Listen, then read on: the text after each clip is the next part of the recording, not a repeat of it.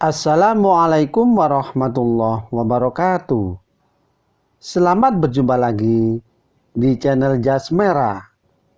Dalam kesempatan kali ini, saya akan menjelaskan tentang pembersihan berhala dari Ka'bah. Bahwa melalui perjanjian Hudaybiyah pada tahun 7 Hijriah, Rasulullah bersama 2.000 orang muslim dari Madinah mengunjungi Ka'bah untuk menunaikan ibadah haji. 2 tahun setelah perjanjian Hudaybiyah, orang-orang Quraisy secara sepihak membatalkan perjanjian tersebut. Setelah terjadi penyerangan terhadap Bani Khuza'ah oleh orang-orang Quraisy, Rasulullah segera bertolak dengan 10.000 tentara untuk melawan kaum musyrik Mekah. Kecuali perlawanan kecil oleh kaum Ikrimah dan Sofwan, Nabi Muhammad tidak mengalami kesukaran apa-apa dan memasuki kota Mekah tanpa perlawanan. Nabi Muhammad SAW dengan tentaranya memasuki kota itu sebagai pemenang. Dan Nabi Muhammad serta para tentaranya memasuki dengan tenang tanpa kekerasan.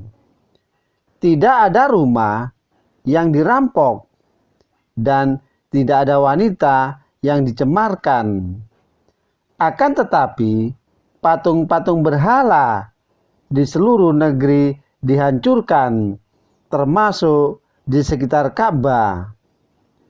Allah Subhanahu wa Ta'ala berfirman, "Kebenaran sudah datang dan yang batil telah lenyap."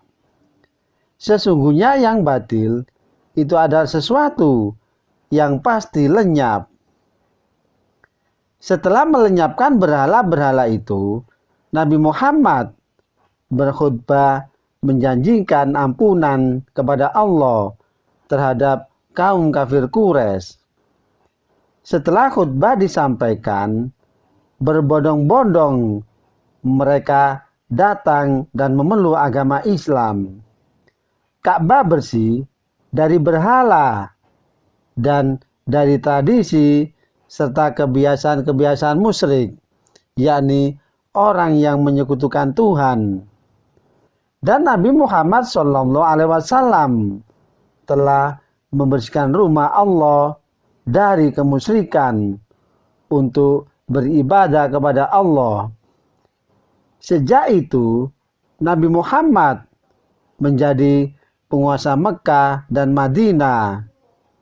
Dan dengan demikian, maka Mekah dikuasai oleh Nabi Muhammad SAW. Ada perubahan di dalam pemugaran Ka'bah, yakni kecuali hilangnya berhala-berhala dari Ka'bah.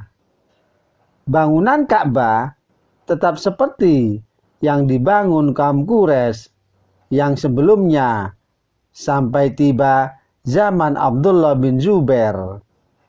Pada masa itu, Ka'bah mengalami kerusakan yang sangat berat akibat serbuan bala tentara Bani Umayyah yang telah menyerang kota Mekah. Abdullah bin Zubair bukan saja mengambil keputusan untuk memperbaiki Ka'bah, melainkan juga membangun Ka'bah Al-Hijr. Al-Hijr dijadikan sebagai bagian dari bangunan utama.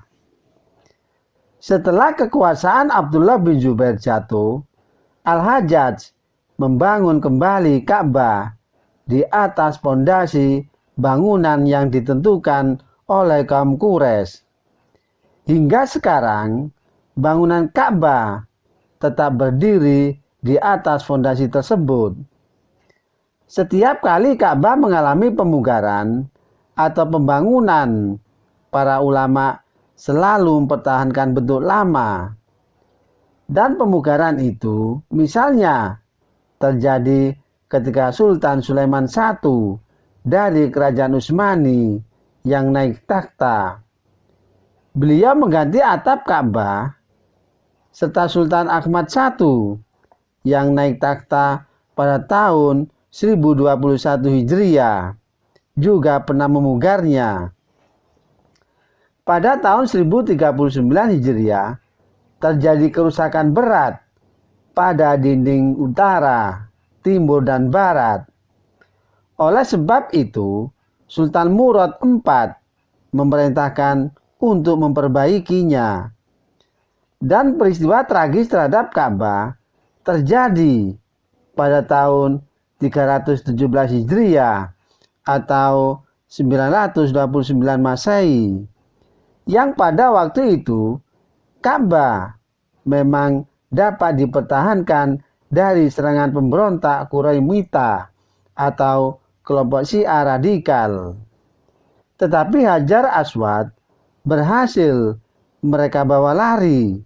Setelah hilang selama sekitar 20 tahun, Hajar Aswad dikembalikan ke kota Mekah dan diletakkan pada tempatnya semula.